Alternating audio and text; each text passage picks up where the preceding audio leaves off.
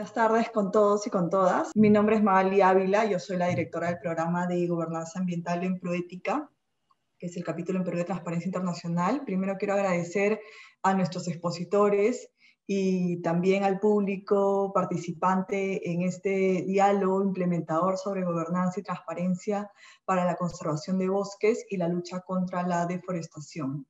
Este evento está organizado por Proética junto con el MOSIC, con DETEC y con AIDER. Este evento además se realiza de cara al proceso de actualización de la Estrategia Nacional de Cambio Climático al 2050, como ustedes saben, y esta fase, digamos, en la que estamos, que es la fase 2 de la metodología de actualización de la construcción colectiva de esta estrategia, que está impulsada y liderada por el MINAM, se está convocando en esta fase, que se está convocando a los diversos actores para construir de manera colectiva el documento, ¿no? Entonces, y para ayudar a generar discusiones e insumos que serán recogidos para esta actualización en la que estamos trabajando todas y todos, ¿no? Desde los diferentes grupos de interés, como ya hemos mencionado. En febrero de este año, como muchos de ustedes saben, se inició el proceso de actualización de la estrategia. Y bueno, se van a llevar una serie de diálogos, de discusiones, de reuniones, y esto es contemplado como parte de esto, ¿no? La construcción colectiva que venimos realizando se espera que garantice la institucionalidad y que va a dar evidentemente legitimidad a ese instrumento de construcción colectiva, el cual además es un mandato dentro de un marco mayor que es la Ley de Cambio Climático, ¿no? Este evento además, por tanto, es un esfuerzo de ONGs, ¿no? Que somos los grupos de interés que estamos acá liderando la propuesta, y que tiene, los cuales tenemos un asiento en la Comisión Nacional de Cambio Climático, que es dentro de este gran marco, si quieren, este gran marco institucional de gestión integral del cambio climático en nuestro país, nuevamente liderado por el MINAM, ¿no? Entonces, ya entrando un poco a la explicación de por qué trabajamos este tema, ¿no? Como ustedes saben, estamos ante un problema global con implicancias nacionales, ¿no? Con implicancias locales. Los bosques a nivel global ocupan aproximadamente el 31% de la superficie terrestre. Sin embargo, ¿no? Se están reduciendo a un ritmo súper acelerado de 13 millones de hectáreas por año, según la FAO. Tienen un rol fundamental en el control de los niveles de CO2 en la atmósfera y evidentemente como resultado de esto mitigan de manera natural los efectos del cambio climático, actuando como sumidores de carbono. Conservar los bosques y promoverlo, la reforestación, en lugar de la deforestación o la degradación de los bosques, reporta un doble beneficio, que es lo que siempre venimos diciendo, ¿no?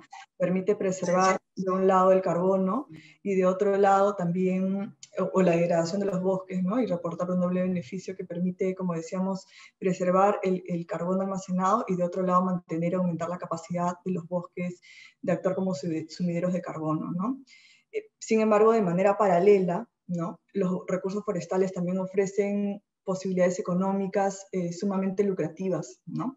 Y pueden ser un elemento importante en el desarrollo de los países. Entonces, como hay algo que no es una contradicción, pero sí es como una doble mirada, ¿no? Es que muchas veces se ha empezado a generar la deforestación en los bosques, ¿no? Dado en este sector, por ejemplo, hay un tema fundamental que tiene que ver con el tema de tala ilegal y la corrupción dentro de articulado a la deforestación, son temas frecuentes, y los bosques están desapareciendo, como ya hemos dicho, a un ritmo acelerado, no solamente en Perú, sino a nivel global. Entonces, por tanto, se crean iniciativas como la de reducción de emisiones procedentes de deforestación y degradación de bosques, como la iniciativa Red Plus, ¿no? Que es un mecanismo que ofrece incentivos financieros a los países para que reduzcan las emisiones forestales, ¿no? O derivadas de la deforestación. Por ello, en este diálogo implementador queremos abordar los riesgos de gobernabilidad, de gobernanza vinculados con la implementación de red. Y para eso tenemos 3 preguntas orientadoras que van a ir respondiendo los panelistas para adelante, ¿no? Los 3 panelistas que nos acompañan hoy son el procurador público del Ministerio del Ambiente, el procurador ambiental, como le llamamos todos, ¿no? El doctor Julio Guzmán. También nos acompaña Julia Runaga, que es la directora en Perú de la Agencia de Investigación Ambiental, más conocida como EIA, ¿no? Por sus siglas en inglés. También nos acompaña Jaime Nalbarte, que es el director de la Asociación para la Investigación y Desarrollo Integral, AIDER. Ellos son los tres panelistas que vamos a tener el día de hoy, con quienes vamos a conversar, dialogar y que nos van a hacer algunas presentaciones puntuales. Y después, como les decía, vamos a dialogar con ellos, ¿no? Las preguntas que tenemos, que son las preguntas orientadoras, son tres. La primera es, si no se logra tener una acción climática decidida, el escenario de todo sigue igual, ¿no?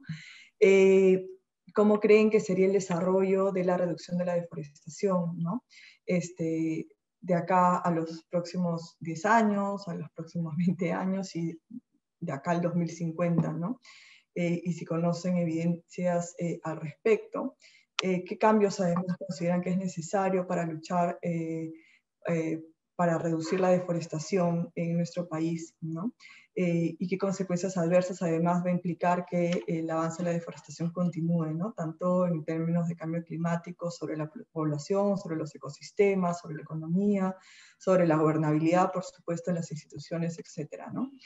Y qué cambios específicos al 2050 serían viables y deseables también, ¿no? Tanto en la parte política, económica, técnica, y articulado también evidentemente al tema de fiscalización, al tema de control que tiene que ver con el tema de los delitos que están detrás de, o los crímenes que están detrás del avance de deforestación en nuestro país. Entonces, como mencionaba, cada uno tiene 15 minutos, cada panelista. Vamos a comenzar con el doctor Julio Guzmán y una vez finalizada la ronda de exposiciones, se va a aperturar un espacio de diálogo con los panelistas para poder recoger los aportes, las preguntas de cada uno de ustedes y que podamos dialogar y justamente recoger un poco su parecer para que luego también podamos trasladar esta información que ustedes, de esta discusión, para que sirva, como decíamos al inicio, de insumos, de aportes a este proceso nacional de cara a la Estrategia Nacional de Cambio Climático. Entonces, adelante Julio, tienes 15 minutos. Gracias, Magali. Me copian bien, ¿verdad? Sí, perfecto. Primero agradecer por la invitación. Para mí es todo un reto hablar de estos temas. En realidad me sacan un poco de lo que comúnmente vemos en el trabajo, que es la persecución de los delitos. Pero además creo que esa experiencia me ha permitido entender un poco esta dinámica, ¿no? Y creo que esta interrogante que plantean, estas dos interrogantes son además visionarias, ¿no? Es cómo nos vemos de acá a 10 años, si es que nada de esto cambia, ¿no?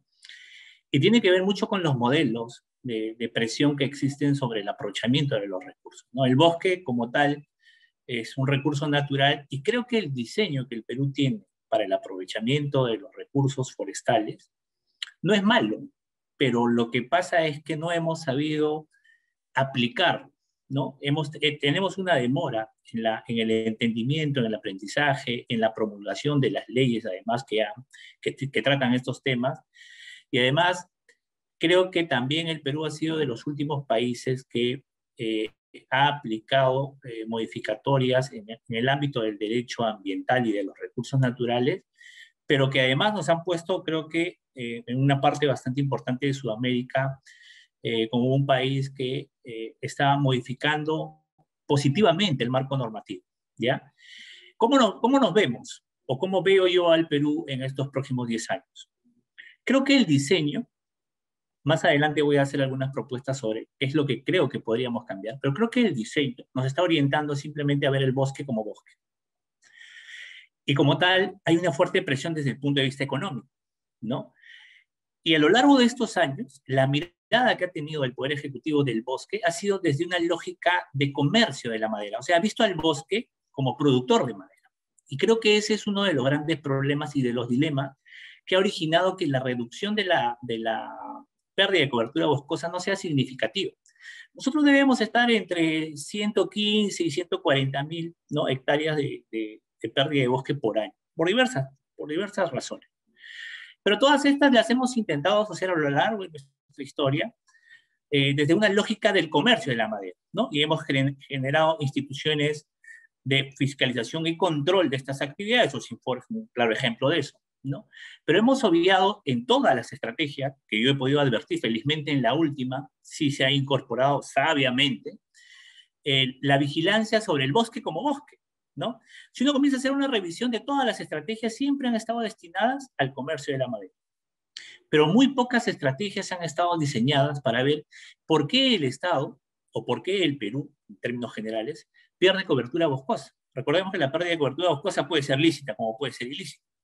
Y esa, en la actividad ilícita está un poco el meollo del problema, es decir, cómo generamos mecanismos para poder controlar que esta pérdida se reduzca gradualmente. Creo que a eso debemos aspirar. Si en los próximos 10 años no cambiamos un poco este diseño, esta visión, es muy probable que sigamos reportando estas grandes cifras de pérdida de cobertura boscosa. Pero ojo, ya en la estrategia de lucha contra la tala ilegal, se ha colocado uno de los pilares de esta lucha es justamente la vigilancia. Y ahí es donde creo que debemos aprovechar las fortalezas que tiene el Estado peruano. Uno, tenemos un satélite importantísimo en información satelital, lo que nos va a permitir en tiempo real conocer un poco las mutaciones que se vienen dando. Dos, otra fortaleza es que por fin la Comisión, ¿no?, comienza a trabajar de manera conjunta. Una de las debilidades que hemos tenido siempre es la actuación desarticulada de diversos sectores. Creo que la articulación, el compartir información y todos tener un mismo objetivo, que es la reducción de estas grandes cantidades de deforestación, debe ser una de las máximas que debe involucrar a cada una de las entidades. Si a esto tú le vas sumando, en general, que uno de los grandes problemas ha sido la transparencia de la información, y es ahí creo que este segundo gran pilar que debemos incorporar en todo pensamiento de políticas para estos 10 años, tenemos que reducir los lugares donde encontramos información cero. Es decir, hay que comenzar a prender los focos para iluminar de información y la sociedad civil, la sociedad en general, pueda participar en una vigilancia constante. Creo que ese podría ser uno de los grandes cambios que podríamos plantear. Pero ahora voy con tu segunda interrogante que me parece interesante, es decir, ¿qué cambio podemos sugerir, ¿no? Yo ya lo había mencionado. Creo que pasamos primero por la construcción de una correcta estrategia que mire el bosque no solamente como productor de madera, ¿no?, que mire el bosque como bosque, además como servicio ecosistémico y una pluralidad de circunstancias que lo hacen aún más valioso. Si uno comienza a tener esa mirada, tiene que plantear en la estrategia, sí, un componente de lucha contra el tráfico ilegal de madera, ¿no?, que además tiene que ver con las especies las más valiosas del bosque. Pero también tenemos que tener una mirada sobre la vigilancia del bosque. Y es ahí donde uno comienza a ver, dice, ¿cuáles son los factores que comúnmente han afectado al bosque? Y no se topa con una triste realidad, que es la agricultura migratoria, ¿no? Es más, la siembra en los últimos años, la siembra de monocultivos ha sido una gran amenaza para nuestros bosques, ¿no? Más de 800.000 hectáreas, ¿no?, que se han perdido producto de esas actividades. Entonces, para bien o para mal, el Estado tiene que definir cuál es su postura con respecto a los monocultivos. Y acá miren algunas alternativas que planteamos. No debemos permitir de ninguna manera este tipo de actividad en bosques primarios. Podemos aprovechar la gran cantidad de espacios que ya perdió, que ya han sido deforestados, y que cuando uno comienza a evaluar el nivel de producción de algún tipo de actividad en estos bosques impactados, la verdad es que es mínima la actividad. Entonces, creo que en esa gran primera mirada es reducir la expansión agropecuaria, ¿no? Hay que intensificar el uso del suelo. El suelo ya deforestado hay que intensificar a través de tecnología, ¿no? Hay algo que no le va a gustar a la gente, pero sí creo que es correcto anunciar. Creo que en los próximos 10 años debemos darnos una moratoria de no más construcción de carreteras en la Amazonía por lo que ha significado y por lo que va a significar. El plantear la construcción de carreteras en la Amazonía con esta lógica de comunicar a los pueblos me parece hasta ciertamente humano, ¿no? Pero el impacto que tiene esto en la agresión a los bosques, sobre todo amazónicos, es muy, muy lesivo, ¿no? Entonces, creo que hay que tener una mirada con respecto a este tipo, ¿no? Otra propuesta que podría plantear quizás es la mejora de los puertos amazónicos, ¿no? O sea, un poco en esta lógica de darle cierto dinamismo al comercio de la Amazonía, tenemos que hacer una fuerte inversión en el tema de los puertos amazónicos. La necesidad de clarificar el uso de la tierra, pues es algo que hasta ahora no nos queda muy claro, ¿no? El tema de la titulación y la demarcación de las tierras de las comunidades nativas y campesinas, ¿no? Es una deuda que tenemos pendiente que creo que debemos en los próximos años tener una fuerte iniciativa desde el gobierno para poder clarificar un poco el tema de la demarcación definitiva. Y además combatir algo que apareció, ¿no? Hace 10 años existía en Madre de Dios hace mucho tiempo, pero apareció una minería ilegal aluvial que finalmente se comienza a combatir en Madre de Dios, pero termina regándose por todo el país, ¿no? Con una suerte de amenaza en otros lugares, y creo que ahí también tenemos una deuda pendiente, ¿no? Creo que el proceso de formalización de la minería ilegal, que además aparece como otro elemento lesivo para el bosque, no tiene una mirada general, y creo que ahí hemos equivocado en el modelo de formalización, lo que ha significado a la postre simplemente alargar la agonía de la Amazonía a través de estos ilícitos, ¿no? Que es, no hemos podido controlarlo, no hemos generado un proceso de formalización correcto porque se ha pensado en un individuo, un formalizado. Y finalmente lo único que estamos haciendo es pateando el problema a futuro, ¿no? O sea, no le estamos dando una solución. No veo con cierta claridad que este proceso esté funcionando, ¿no? Creo que tendríamos que darle una mirada bastante general a estos temas, ¿no? Fomentar la reforestación en tierras deforestadas, ¿no? Como un mecanismo para satisfacer la demanda de madera. Valorizar el bosque. Creo que eso es algo que no se está viendo por ahora, ¿no? El bosque se mira de una manera muy poco sistémica, ¿no? Y sobre todo brindar asistencia técnica y financiera, ¿no? A las comunidades nativas para que puedan ellos aprovechar los recursos del bosque. Creo que este análisis breve que he intentado hacer, Magali, tiene que ver con un artículo de la Constitución que muy pocos nos hemos tomado el tiempo, ¿no? De analizarlo con cierto nivel de detenimiento, que es el artículo 67, que tiene que ver con la política ambiental del Estado. Y en ese artículo se señala que el Estado promueve el uso sostenible de los recursos naturales.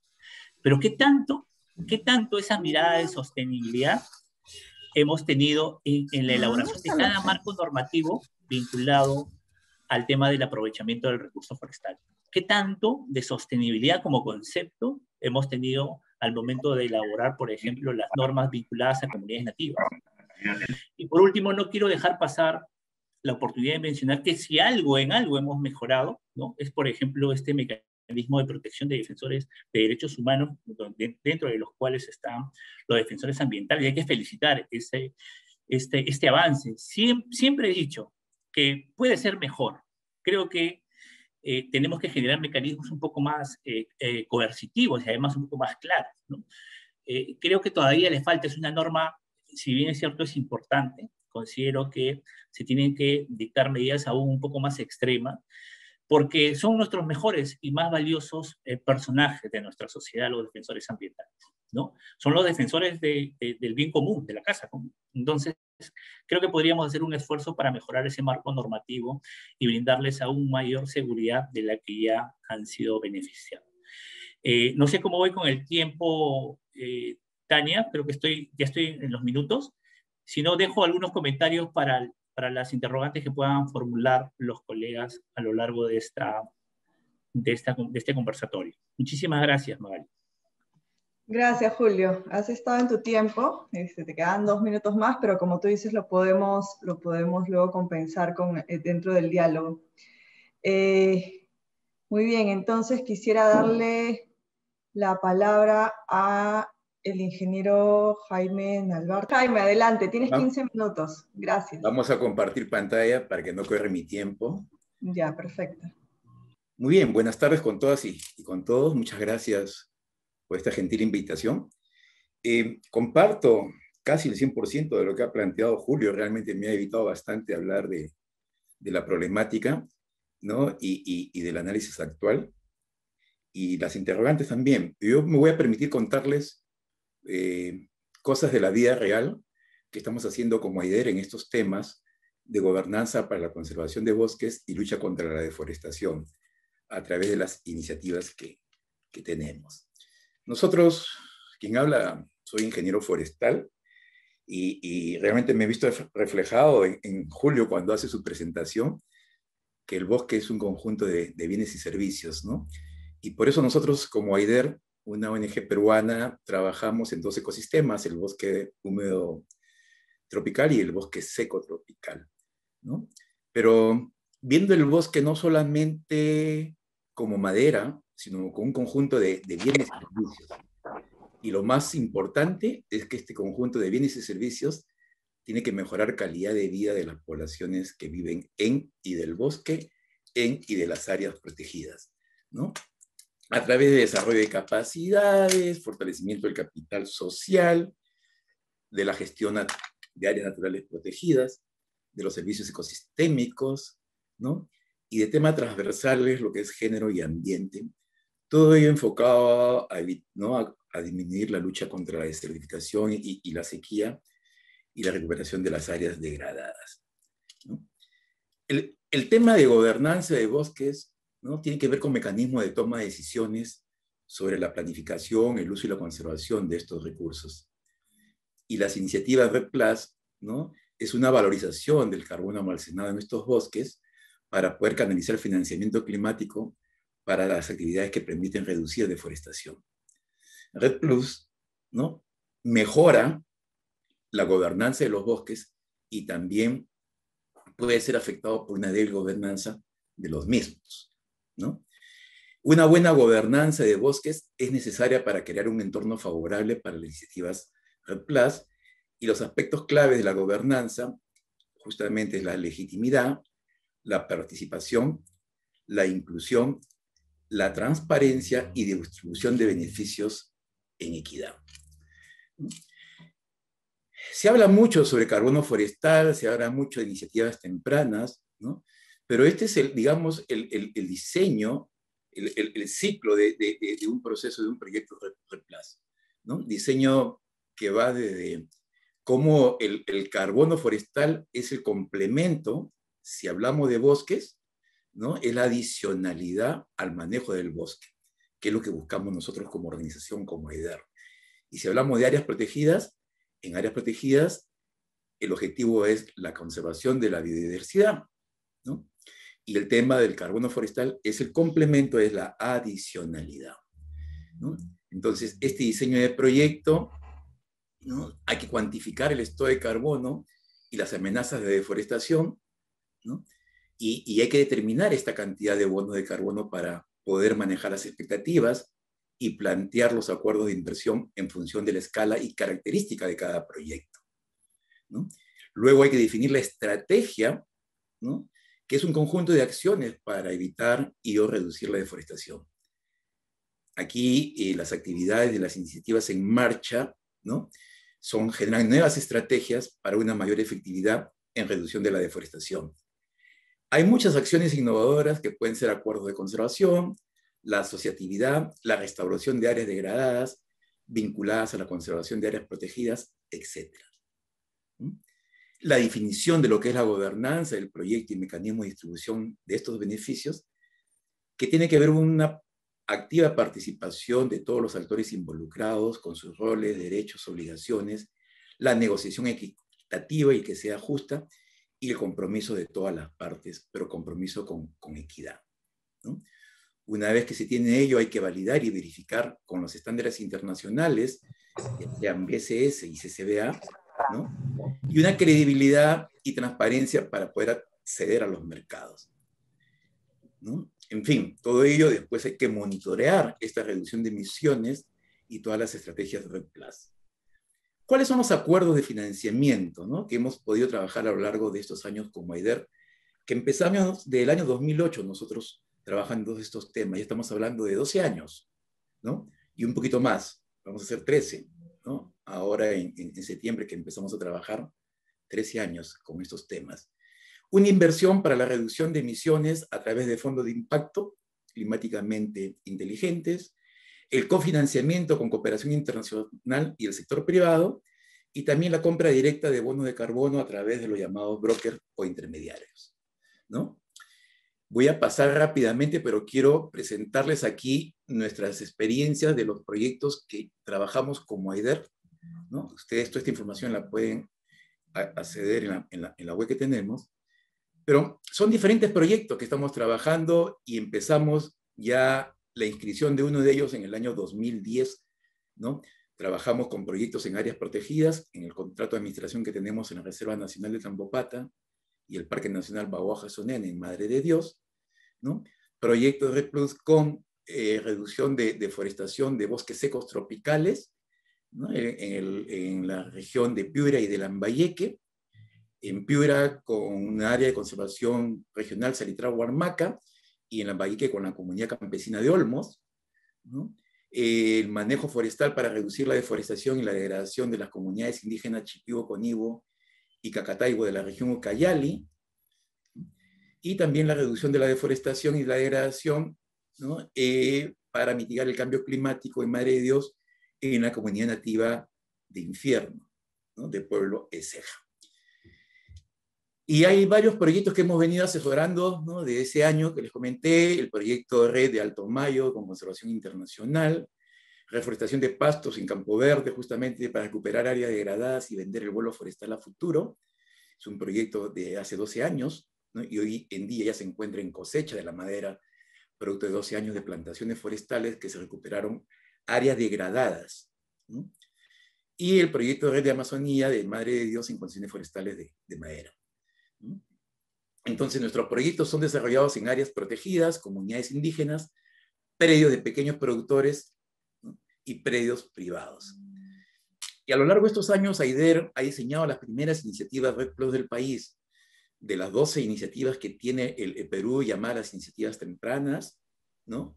El Perú, AIDER tiene 6 de ellas, donde el Perú se convierte en un país pionero en REDD+ a nivel mundial. Se ha generado el primer mapa de carbono del Perú y pudimos ofrecer al CERNAN, al MINAN, en este caso cerca del 70% de la data técnica que tenemos de la parcela de investigación con la que contamos a nivel nacional. Y más de 5.600 hectáreas se ha evitado deforestar en el año 2010 al 2015 y más de 2.280.000, ¿no? toneladas de gases de efecto invernadero reducidos. Son algunos datos de impacto. En el tema de áreas protegidas, justamente el modelo es un contrato suscrito con el Estado peruano, con el CERNAN por 20 años, donde la propuesta es hacer el stock de carbono del área protegida, con ese stock de carbono del área protegida, hacer proyectos productivos en la zona de amortiguamiento, no tumbar bosques, sino en las áreas degradadas, como muy bien lo ha mencionado Julio Guzmán, ¿no? Recuperar suelo, hacer sistemas agroforestales, en este caso con cacao, y producto de la comercialización del cacao, generar ingresos económicos, y hoy en día, para hacerla en resumen, tenemos ya una cooperativa instalada de cacaoteros que antes se dedicaban estos señores a ser mineros ilegales e informales, hoy en día son pequeños empresarios de su propia cooperativa, tienen 1.250 hectáreas de sistemas, ¿no? agroforestales con cacao y de los cuales ya han permitido exportar al mundo occidental alrededor de 400 toneladas de cacao en época de pandemia inclusive. Proyecto exitoso, ha sido visitado por presidentes de la República, ministros, cooperación internacional, y ustedes pueden ver ahí las imágenes de la exportación de un esfuerzo conjunto con el CERNAN y el CERFOR, ¿no? Estas toneladas de carbono han podido mitigar los Juegos Panamericanos y los Parapanamericanos también, ¿no? Y ustedes pueden ver ahí toda la data que tenemos a partir de este proyecto Bahuaja Red y el proyecto de agroforestería en la zona de amortiguamiento, ¿no? Los datos de impacto, que esta información queda para ustedes, y quisiera aprovechar más bien en los pocos minutos que me quedan, hablar de otras experiencias que tenemos. Así como hemos trabajado en el modelo de áreas protegidas en Tambopata, ¿no? Es importante ello porque este modelo se puede replicar en cerca de 20 millones de hectáreas que tiene el sistema de áreas protegidas, ¿no? Entonces, y a partir de esta experiencia exitosa, estamos postulando a un concurso ahora para solicitar también 3 áreas protegidas en el norte del Perú, el Parque Nacional Cerro de Amotape, el Coto de Casa del Angolo y la Reserva Nacional de Tumbes, para poder acceder a un contrato por 20 años también con un financiamiento firme, ya de una inversión asegurada por 20 años para poder trabajar un modelo muy similar al que hemos trabajado en Madre de Dios. Y esto es en bosque seco, donde el nivel de inversión es casi mínimo hoy en día de cooperación y de empresas privadas. Hemos encontrado un inversionista que está interesado en hacer una alianza estratégica entre el Estado peruano, la empresa privada y la sociedad civil en áreas protegidas. Y si nos vamos a comunidades nativas, como muy bien lo comentó también Julio Guzmán, ¿no? Este tema de áreas protegidas, de comunidades nativas, en el Perú hay 12 millones de hectáreas que están en manos aproximadamente de comunidades nativas. Y este modelo que tenemos entre un fondo de inversión en Altelia Mirova, USAID, que nos ha dado un 50% de donación y el otro 50% es en calidad de préstamo de este fondo Altelia, ¿no? Les puedo comentar que ya hemos cumplido casi el 100% de la devolución de este préstamo al fondo de inversión Altelia, y estamos en una alianza estratégica de ganar-ganar entre cooperación internacional, la empresa privada y el dueño del carbono forestal de las comunidades nativas, que son las mismas comunidades. Esta es una experiencia que se realiza con el pueblo Chipibo-Conibo y con los hermanos también Cacataibos, ¿no? Es sumamente interesante porque no solamente se ve el bosque como madera, sino como un conjunto de bienes y servicios donde el carbono forestal es una adicionalidad, es un complemento realmente, ¿no? Entonces se han recuperado especies amenazadas, se han evitado pues más de 2 millones de toneladas de carbonos evitadas, se han protegido cerca de 120.000 hectáreas y se ha evitado una deforestación de 7.000 hectáreas aproximadamente, ¿no? Entonces son datos de impacto y ¿qué es lo más importante? Que estas comunidades ya tienen, ¿no?, beneficios económicos producto del manejo de sus bosques, producto de la conservación, con el carbono forestal de sus comunidades, que es una adicionalidad. ¿Cuánto nos cuesta? Perdón, Jaime, ¿tienes un minuto? ¿Cuánto nos cuesta hacer gracias? ¿Cuánto nos cuesta hacer este proceso? Nos cuesta aproximadamente $300.000. Hay una serie de actividades y alternativas que son sumamente favorables y todo ello, insisto, favorece la gobernanza de los bosques y también el fortalecimiento de la misma. Entonces, las iniciativas REDD+ son una oportunidad para fortalecer la gobernanza de los bosques a nivel comunitario, a nivel local, y el nivel en el cual las entidades del Estado tienen limitaciones para operar y canalizar recursos, ¿no?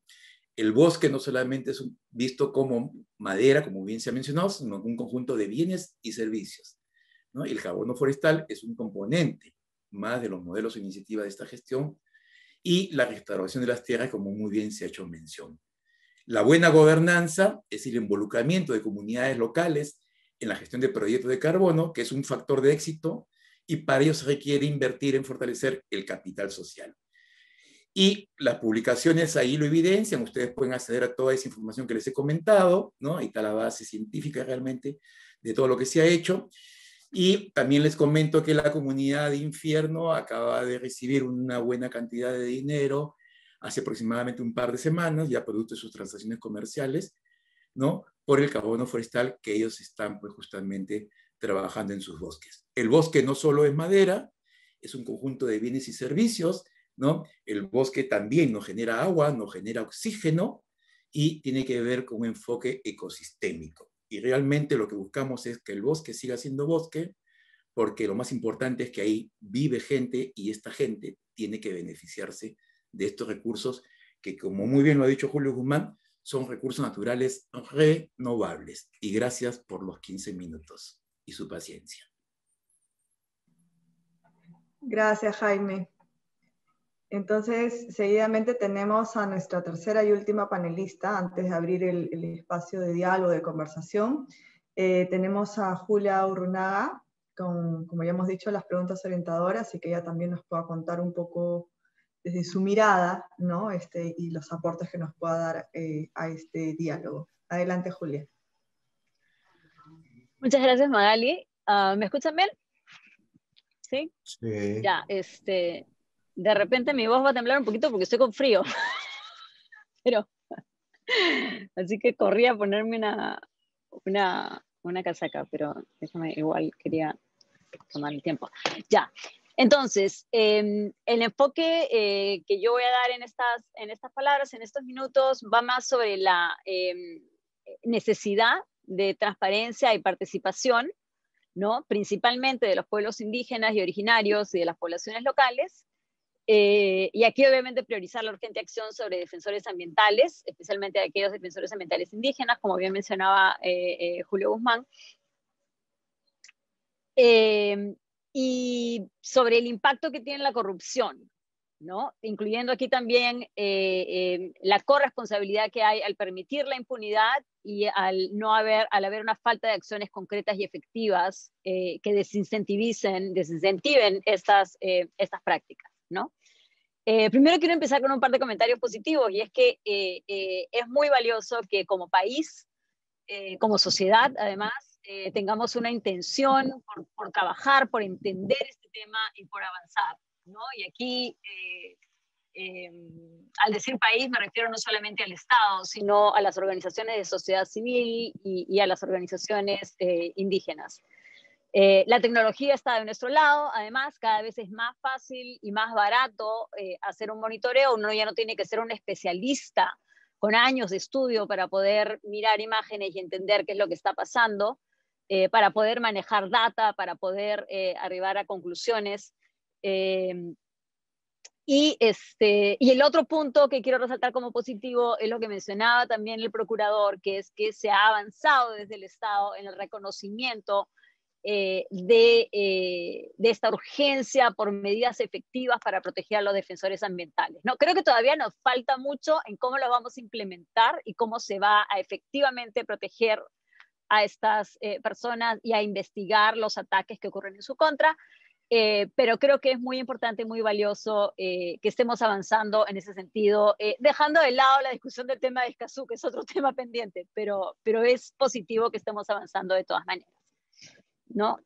Sobre el escenario, si todo sigue igual, creo que si bien estamos cerca de terminar el primer cuarto del siglo XXI, en gran medida el Estado peruano y los inversionistas siguen concibiendo la Amazonía como en el siglo XIX, ¿no? Como un territorio vacío que se debe colonizar y debemos extraer todas sus riquezas lo más rápido posible y neutralizar a todas las poblaciones que se opongan a ello, ¿no? Y me parece que los ataques que reportan nuestros hermanos indígenas son una clara señal de cómo camina esto. Pero al mismo tiempo creo que esta carrera por el acaparamiento de tierras, por titulación ilegal o irregular de tierras, cambio de uso ilegal, deforestación ilegal, me temo que realmente está recién empezando en el país, ¿no? Cuando nos comparamos con otros países que ya han perdido la gran mayoría de sus bosques, ¿no? Entonces, tenemos un riesgo que aumenta día a día. Hace falta, y es evidente, una supervisión efectiva por parte de las autoridades nacionales, además de las autoridades nacionales, sobre los errores que puede haber en las autoridades regionales, ¿no? Porque mucho vemos o escuchamos a autoridades nacionales diciendo, es que las autoridades regionales están haciendo las cosas mal, pero sin realmente tomar acciones que solucionen esos problemas, ¿no? Porque al final la ley es una y el Estado es uno. Y creo que es importante tener en cuenta que la destrucción de los bosques es uno de los impactos esperados si es que dejamos la situación en el mismo estado. Pero lo más grave y la preocupación más seria acá es el conflicto social. El conflicto social que esta destrucción de bosques genera y alimenta, y la pérdida de vidas humanas que este conflicto nos puede costar, ¿no? Que ya nos está costando y que nos puede seguir costando. Entonces, digamos, es un escenario un poco apocalíptico, pero creo que no tenemos que llegar hacia ahí, ¿no? Podemos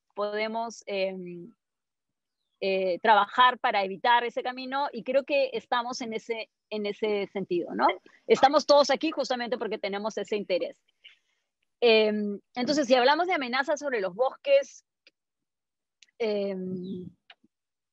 es bueno empezar con esta división entre lo que son los bosques de producción y los bosques de protección, porque al final, en la práctica, el MINAM, que es la autoridad para el tema de cambio climático, tiene gestión directa sobre los bosques de protección, ¿no? Pero gran cantidad de la deforestación ilegal y de la destrucción se da en la zona de los bosques de protección. Entonces, hace falta una capacidad o un mandato más consistente para el MINAM para poder tener capacidad de influencia o una interacción más profunda con los demás sectores, ¿no? Por ejemplo, cuando hablamos de deforestación ilegal o de tala ilegal, vemos por los informes de los Infor que gran parte de la madera ilegal no sale de las zonas aprobadas, o sea, no está saliendo de los bosques de producción. Entonces, tiene que estar saliendo de otro lado, debe estar saliendo de bosques de protección del MINAM. Hay ahí una corresponsabilidad y urge un trabajo conjunto, porque al final los bosques, el bosque es uno. Y entonces, solamente acá para recordar una frase muy desafortunada de un ministro de Ambiente hace unos pocos años, cuando desde la prensa y la sociedad civil se le preguntó cuál era su posición respecto al tráfico ilegal de madera, este tipo de productos, y su respuesta fue simplemente, pero es que ese no es mi sector, ¿no? O sea, esos bosques son de otros, eso no me toca a mí, ¿no? Entonces, tenemos que acabar con si queremos avanzar, tenemos que acabar con esas visiones y con esa reacción inmediata a decir, no es mi culpa, ¿no? Es culpa de todos tenemos un poco de culpa y todos tenemos que ser parte de esta solución, ¿no? Cuando vemos el tema de carreteras, por ejemplo, que ha mencionado también el procurador, y tenemos al Congreso aprobando o promoviendo nuevas carreteras, es cierto, eso termina pasando por encima del MINAM también, pero estas ideas, ¿no? Porque yo creo que desde el Congreso muchas veces estas medidas se aprueban, a veces por un poco de corrupción, pero a veces también porque hay esta idea de que la carretera trae desarrollo a los pueblos indígenas porque los conecta, ¿no? Pero no se consulta a esos pueblos indígenas a los que se quiere conectar, cuál es su opinión y cuál es su experiencia, ¿no? Porque si uno conversa un poco más, la experiencia que tienen los pueblos indígenas es que las carreteras traen mestizos, y los mestizos vienen a acumular tierras, y a agarrar sus tierras, y invadir sus tierras, y a deforestar, ¿no? Entonces vienen a generar conflicto. Entonces, no es que esto no deba pasar, pero es que tiene que pasar de un modo más coordinado y más planificado. Y se hacen estudios de carreteras en los que solamente se considera el pedacito que se va a deforestar para que pase la pista, pero no se considera todo el impacto y toda la deforestación colateral que trae una nueva vía, ¿no? Entonces, todo eso tiene que ser incorporado si es que queremos avanzar. En el tema de agroindustria, por ejemplo, ¿no? Tenemos a las grandes empresas que se enfocan en lo que ya está deforestado, ¿cierto? O sea, nos dicen, no voy a deforestar más porque yo tengo una política de cero deforestación, pero entonces compran las tierras que ya están deforestadas, pero esas tierras muchas veces no es que estén vacías, o sea, alguien estaba trabajando la tierra ahí, y se la terminan comprando a un pequeño agricultor o a un pequeño propietario que va a tener que desplazarse a otro lugar, a abrir más tierra para continuar con su agricultura de subsistencia. Entonces hay que tener en cuenta también esta función de empuje y de ampliación, ¿no? Y de expansión que tiene tomar toda la tierra que ya está deforestada. O sea, sí hay un impacto, no es tan fácil como eso, hay que medirlo mejor. O, por ejemplo, procesos de titulación que hemos visto donde en un área se titula a 50 o 100 familias con 20 o 50 hectáreas por familia, ¿no? Con el plan de que cada familia va a abrir una pequeña chacra en su terreno que puede ser de 2, 4, digamos hasta 10 hectáreas, que normalmente no es para agricultura de subsistencia. Pero ese tipo de agricultura tiene un impacto que es muy diferente al impacto cuando viene una empresa, compra toda esa área ya titulada, ¿no? Y termina siendo una tala rasa de 50.000 hectáreas, ¿no? El impacto sobre el ambiente es muy distinto y son cosas que tenemos que tener en cuenta, porque como bien decía también el procurador en un momento, la deforestación es deforestación, sea legal o ilegal, ¿no? O sea, digamos, hay deforestación o cambio de uso, digamos, que puede ser legal, pero también tiene un impacto que debe ser considerado, ¿no? Lo mismo en el tema de minería legal y ilegal que él ya explicó, que estos procesos de formalización con permanentes prórrogas no han ayudado a nadie, ¿no? En el tema de pueblos indígenas, porque ya veo que me estoy quedando sin tiempo, solamente quiero hacer un par de anotaciones rápidas. Los procesos de consulta, ¿no? En este momento, el Ministerio de Agricultura hace pocas semanas ha anunciado el inicio de un nuevo proceso para una estrategia de palma, ¿no? Pero esa estrategia de palma no está incluyendo participación indígena y no está previendo un proceso de consulta a los indígenas, ¿no? Entonces, si bien está en un proceso muy, muy básico, por las reuniones que hemos tenido, entendemos que eso todavía no se está considerando y debería estar considerado de antemano, o sea, debería ser como lo más básico. Hablamos del tema de monitoreo forestal indígena, que es muy importante y donde muchas comunidades y organizaciones indígenas están avanzando, pero falta preguntar qué hace el Estado cuando recibe estas denuncias, ¿no? Hemos visto representantes de la Nación One Piece en los últimos meses ya, hablando y denunciando que tienen invasión de taladores ilegales que están invadiendo sus territorios para extraer la topa que termina yendo por Ecuador hacia China. Se han cansado de denunciarlo y cada vez que los escucho vuelven a repetir que el Estado todavía no hace nada, que están pidiendo a todas las instancias que tomen acciones y que todavía no se toman acciones, ¿no? Y esto además de la tragedia de esta niña que ha sido secuestrada en un caso todavía no resuelto, pero hay que prever cómo se incorporan esas herramientas de participación también, ¿no? La participación por sí misma no, o sea, es muy bonita, pero si no se va a incorporar los resultados y las acciones, no sirve de mucho. Creo que hacia dónde vamos, tengo varios puntos más sobre el tema indígena, pero podemos regresar a eso quizás durante las consultas. ¿Hacia dónde vamos? Necesitamos ir hacia un nuevo paradigma para la Amazonía, ¿no? Este viejo paradigma de desarrollo agropecuario empujado por la colonización, por grupos empresariales, no logra compatibilizarse con un sistema de desarrollo sostenible bajo en emisiones, ¿no? Que es lo que estamos buscando y lo que necesitamos como país y como planeta, ¿no? Entonces, yo creo que algunas de las cosas que nosotros hemos identificado, primero, urge invertir en un ordenamiento territorial, ¿no? No solamente planificar dónde hacer agricultura, ganadería y qué bosques conservar, pero además reflexionar sobre cuál es ese modelo de agricultura que se debe apoyar y promover en la Amazonía y a quién beneficia ese modelo, ¿cierto?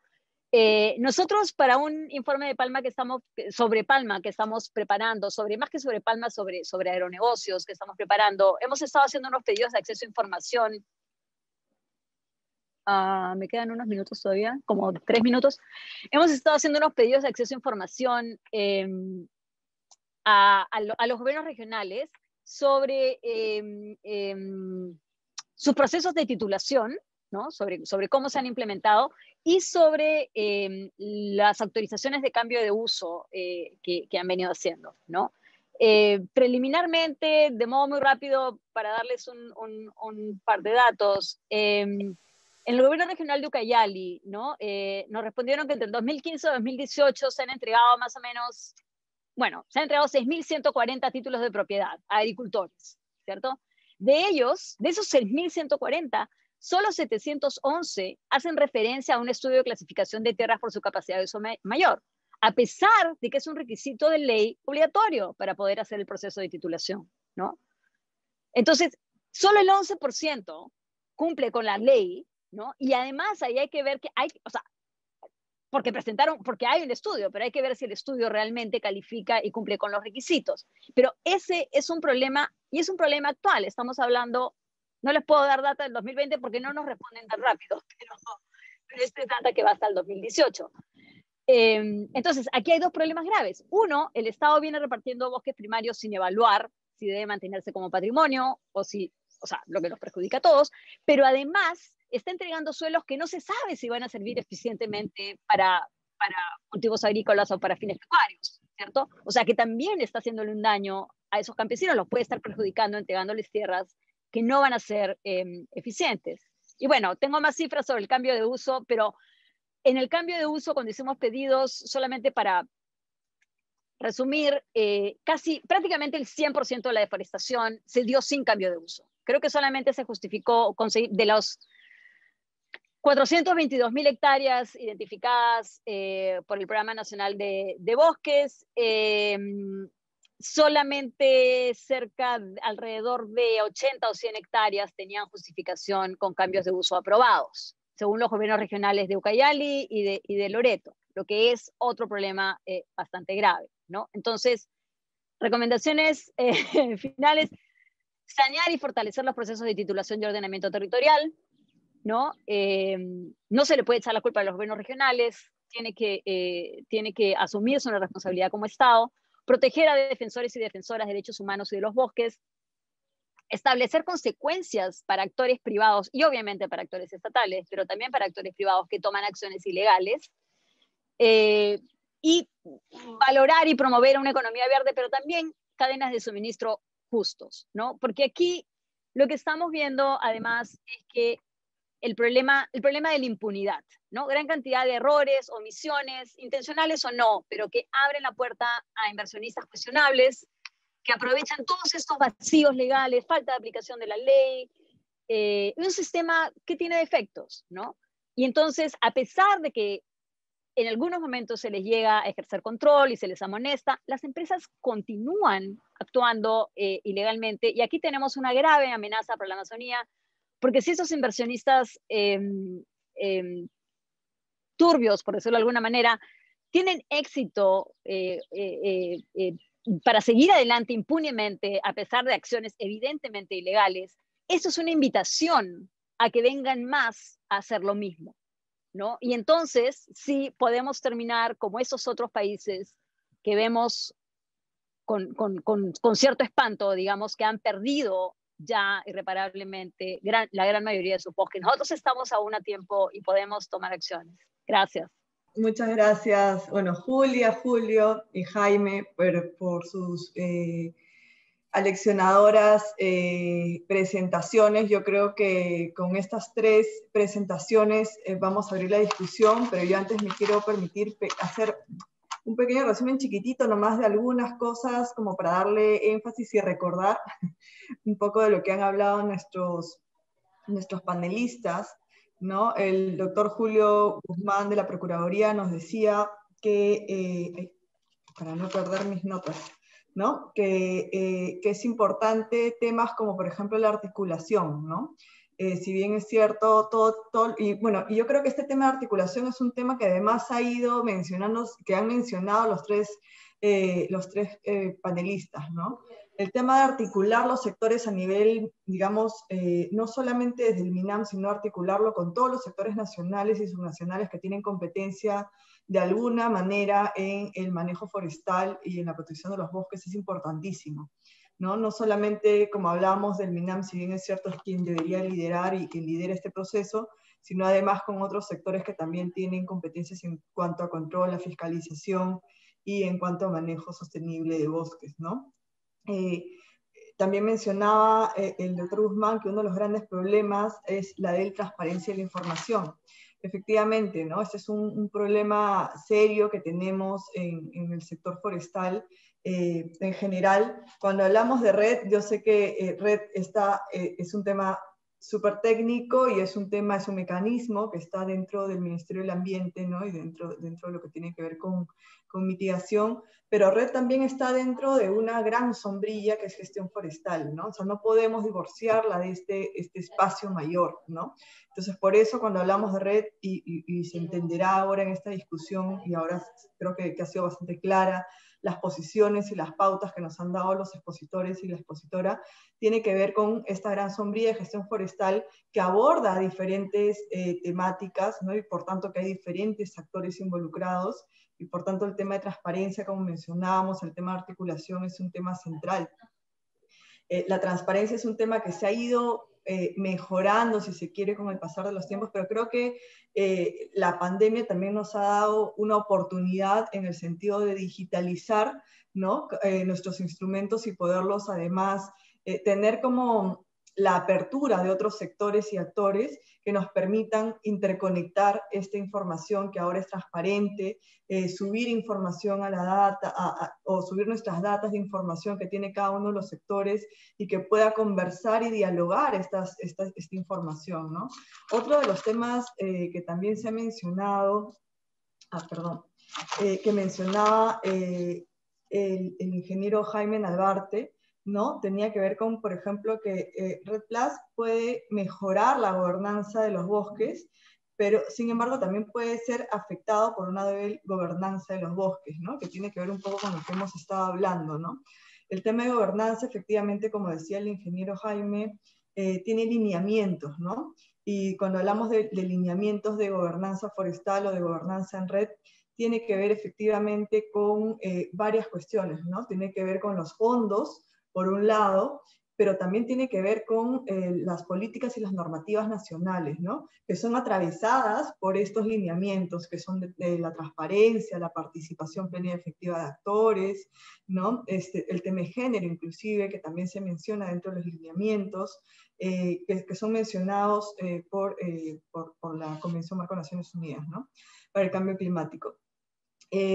Y Julia Runaga también nos comentaba, bueno, ha sido la exposición de Julia ha abordado una serie de temas bastante relevantes, creo, y que dialogan, ¿no? O conversan con lo que los demás panelistas también han ido mencionando, ¿no?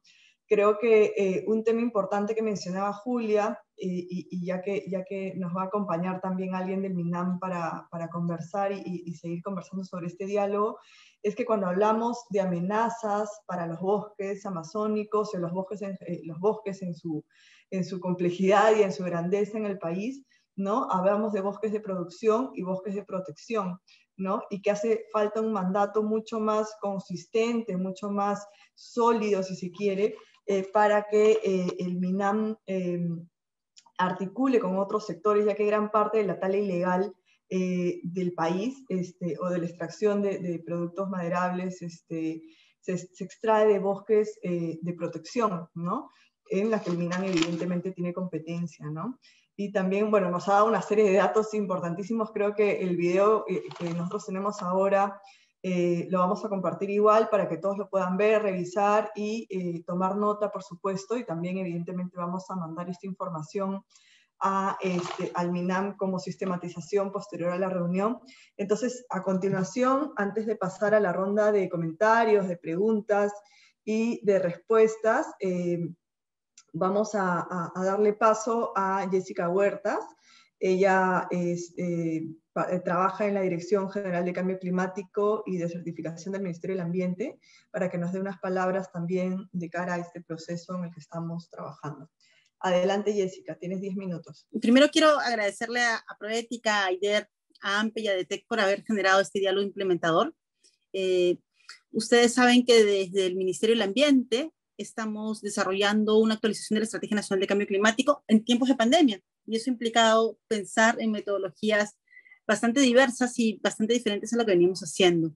Dentro de este proceso de actualización de la estrategia tenemos como que dos lados. Tenemos un momento en el que estamos trabajando para construir una estrategia que no está lista, entonces es como que cada quien está construyendo un ladrillo de una pared, ¿no? Y todo el mundo, y yo estoy completamente clara de que todo el mundo quiere ver la pared completa, pero la pared completa la vamos a ver todavía más adelante cuando lleguemos a la consulta pública. Y entonces en este devenir de que cada quien está construyendo está poniendo un ladrillo para construir esa pared, surgen los diálogos implementadores. Estos diálogos implementadores como el que han tenido hoy día nos permiten poner en agenda y discutir temas que normalmente están, digamos, más invisibles, ¿no? Y ese es el interés del Ministerio del Ambiente de haber generado, además por la misma voz de la sociedad civil, que nos solicitó un espacio en el que se pudiera dialogar, conversar sobre diversos temas que tienen relación con la estrategia y sobre todo generar un diálogo que esté en agenda con diferentes actores estatales y no estatales. ¿Por qué? Porque estos diálogos implementadores va a ser el cemento de esta pared que nos permite ir comunicándonos, ¿no? ¿Y cuál era la idea de tener estos diálogos implementadores ahorita que la estrategia no está lista? La idea era poder nutrirnos con diferentes visiones, diferentes expectativas, para poder lograr que cuando lleguemos a la consulta pública y todas y todos ustedes tengan en sus manos la posibilidad de aportar ya a la Estrategia Nacional de Cambio Climático completa, dar argumentos de sus aportes, justo tengan esta conversación previa. ¿Por qué? Porque ha servido para nutrir esos aportes que luego van a poder hacer en la consulta pública. Esa era la idea de poder generar espacios como estos diálogos implementadores en donde se converse, en donde se ponga en agenda y donde haya además diferentes reflexiones para nutrir al proceso que viene y que viene después de unos meses, que es la consulta pública para la Estrategia Nacional de Cambio Climático.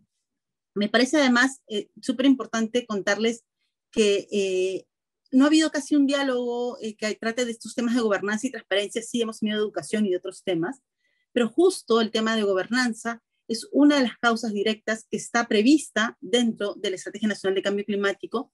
Y como ustedes saben, dentro de la lógica de ese plan, perdón porque me ponga burócrata, pero es parte del procedimiento de ese plan, la idea es encontrar el problema público, sacar los objetivos, sacar los lineamientos, y dentro de cada uno de los lineamientos van a venir servicios que tienen que atender el problema público y que lo que buscan es cerrar las brechas. Entonces, cuando ustedes puedan tener en sus manos la Estrategia Nacional de Cambio Climático, yo les invito luego de este proceso, disculpen, tengo siempre a un actor presente aquí que le gustan las cámaras. Ustedes, una vez que terminen de la consulta pública, que ustedes lo tengan en sus manos, les invito a que puedan aportar a partir de este diálogo a toda la parte de gobernanza y a todas las otras causas directas que ustedes sienten que se necesita mejorar y complementar justo con la voz de los actores no estatales que nos permite además tener una estrategia mucho más integral y que además nos permite tener legitimidad en los procesos. Una de las cosas más importantes de las políticas públicas es tener legitimidad, y la legitimidad nos la da justo los actores no estatales. Eso quería compartirles. Disculpen por la presencia de Rumi, que es mi gato, siempre que estoy con la cámara encendida aparece. Muchas gracias. Muchísimas gracias, Jessica, por incorporarte y por darnos unas palabras también del proceso. Y gracias a Rumi también por participar. Entonces, yo les voy a, en esta parte, digamos, donde ya tenemos las palabras bueno, mejor dicho, donde ya escuchamos a los expositores, ¿no? Donde ya escuchamos al MINAM también, la participación del Ministerio del Ambiente, donde hemos tenido un pequeño resumen de ciertos puntos, ¿no? Porque en verdad ha sido muy enriquecedor toda esta discusión, aunque rápida, pero de muchísimos puntos y escenarios que hay que trabajar en función al tema de red y al tema de gobernanza para el tema red, ¿no? Como el tema de transparencia, el tema de corrupción, el tema de impunidad, el tema de participación, ¿no? El tema de sistemas de control, de mecanismos, etc. Rendición de cuentas también, ¿no? Entonces, ahorita vamos a nuevamente a hacer un recordaris de las preguntas iniciales que habíamos planteado a nuestros expositores para que podamos conversar un poco y abrir el diálogo con los participantes que están en este diálogo implementador. Como les habíamos dicho al inicio, nosotros estamos grabando la presentación y vamos a hacer una sistematización de las preguntas, de los comentarios, de los aportes que ustedes tengan, y se los vamos a hacer llegar al Ministerio del Ambiente para que también los puedan incorporar en esta construcción colectiva de la Estrategia Nacional de Cambio Climático, de actualización de la estrategia, ¿no? Entonces, teníamos 3 preguntas del escenario hacia hasta esta construcción, ¿no? La primera pregunta es, si no se logra tener una acción climática decidida, es decir, el escenario de que todo va a continuar como está ahorita, ¿no?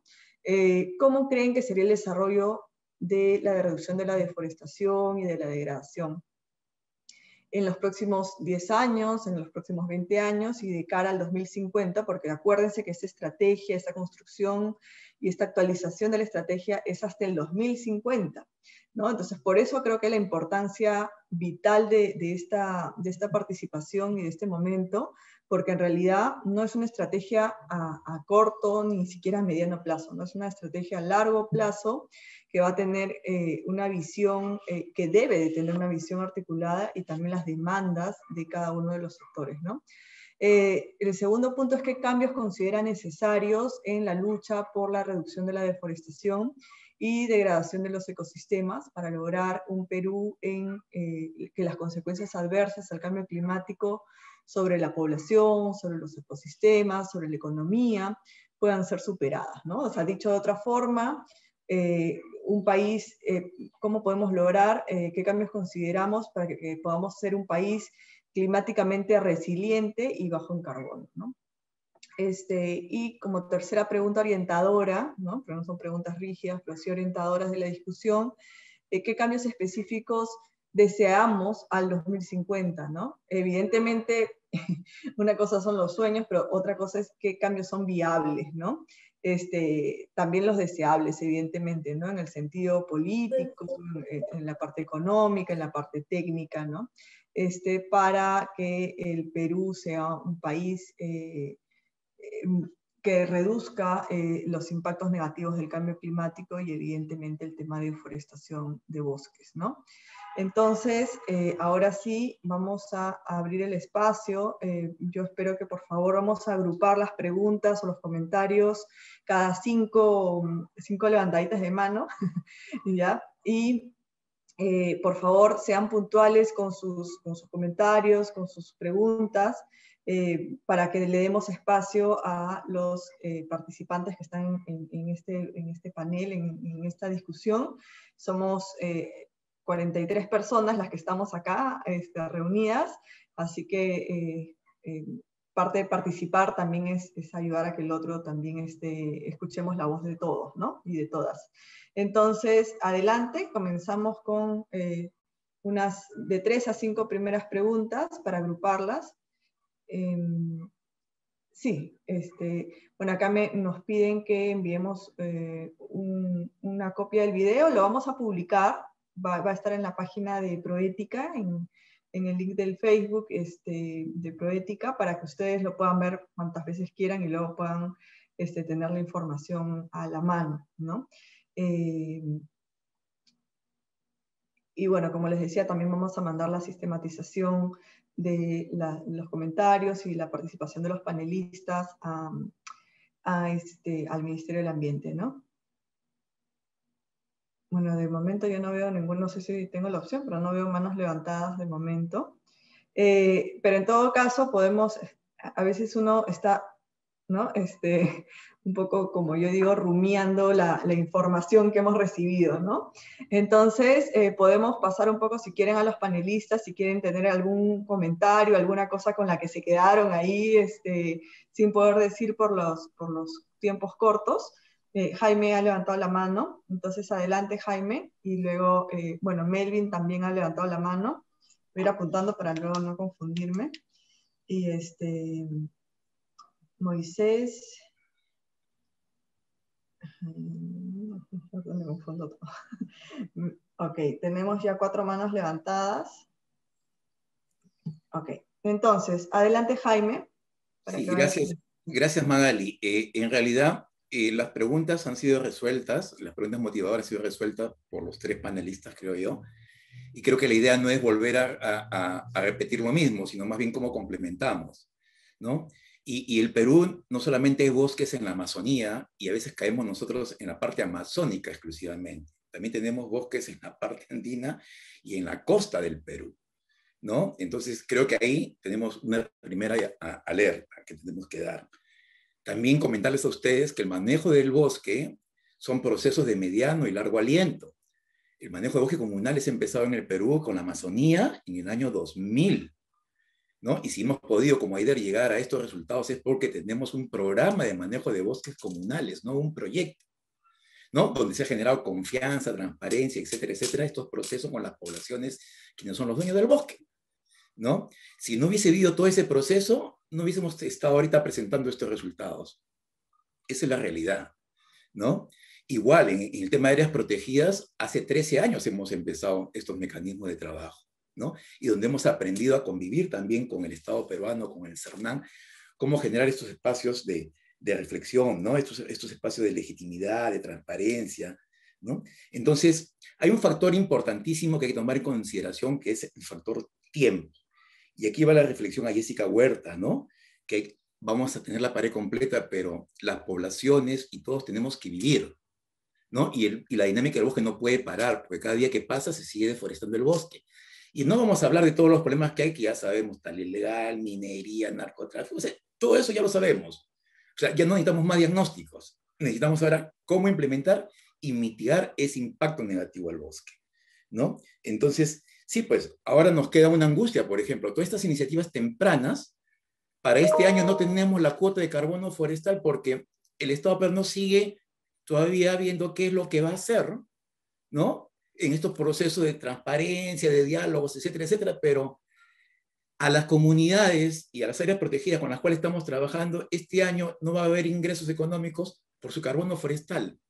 ¿Qué le vamos a decir a esas poblaciones indígenas que han apostado por estos modelos, que no creyeron en un inicio y hoy en día ya están convencidos porque están viendo que es una realidad? Funcionan los equipos de monitoreo comunal, funcionan, lo que ustedes han mencionado, todo eso es real en época de pandemia. Se ha exportado, etcétera, etcétera, ok, pero este año no hay cuota. Entonces, ¿qué hacemos? ¿No? ¿Y qué va a pasar si no se hace nada? ¿No? O sea, otra vez, y creo que no debemos desincentivar el manejo del bosque, ¿no? No debemos desincentivarlo para nada, porque si no es castigarle y castigarle, no al bosque, sino a la gente que vive en el bosque. Y yo creo que aquí hay una alerta, una llamada de atención de que hay un divorcio pues, entre dos sectores del Estado que tienen un rol protagónico, Ministerio del Ambiente y Ministerio de Agricultura, o Midagri, como se llama ahora. Entonces, ¿por qué? Porque se está normando, se está regulando sobre algo, pero donde hay 80 millones de hectáreas de bosques, ¿dónde está ese sector? ¿Cómo participa? ¿No? Entonces yo creo que esa es una reflexión que quiero darles y el tema es que definitivamente hay que buscar la asociatividad, se aprende haciendo una investigación, acción en el camino, como hemos construido todas estas herramientas, ¿no? Y llegar a estos procesos. No ha sido fácil negociar con las comunidades, que ellos entiendan, ¿no? Y ellos mismos han decidido qué hacer con sus recursos económicos, con sus ingresos económicos, a través de asambleas comunales y etcétera, etcétera, que son procesos que en 15 minutos no se puede contar. Pero eso es importantísimo, el rol del Estado y la participación del Estado, pero que sea activa y práctica y didáctica. Porque si no, mientras se siguen haciendo procesos, ahorita tenemos cambio de gobierno, va a pasar 6 meses más, ¿y qué vamos a hacer con la cuota del carbono forestal de estas iniciativas tempranas? Ese es un interrogante que la dejo ahí al decisor político. Muchas gracias, Jaime, por tu intervención. Adelante, Melvin Mestanza. Hola, buenas tardes. Buenas tardes, escuchamos, Melvin, adelante. Bueno, soy parte del equipo técnico de Valle Esperanza. Básicamente, el trabajo que realizamos es acá en la región San Martín. Lo que quería ahondar un poco más era el tema de las gestiones en uso, ¿no? De los permisos para cambio de uso de suelo, ¿no? Entonces, acá en San Martín hemos visto algo parecido, ¿no? Que simplemente el expediente que prepara el solicitante es un saludo a la bandera, porque según la normativa dice que va a respetar, va a guardar un 30% del bosque, del área solicitada, aparte de esos bajos marginales, pero en la práctica no sucede nada de eso. Entonces, si queremos ampliar esta mirada al 2050 del país, si no hacemos nada al respecto, no vamos a seguir en lo mismo. Esto digo, ¿por qué? Porque, ¿qué sucede? Ya si la sociedad civil no se pronuncia, no dice nada, para el Estado no está pasando nada de esto.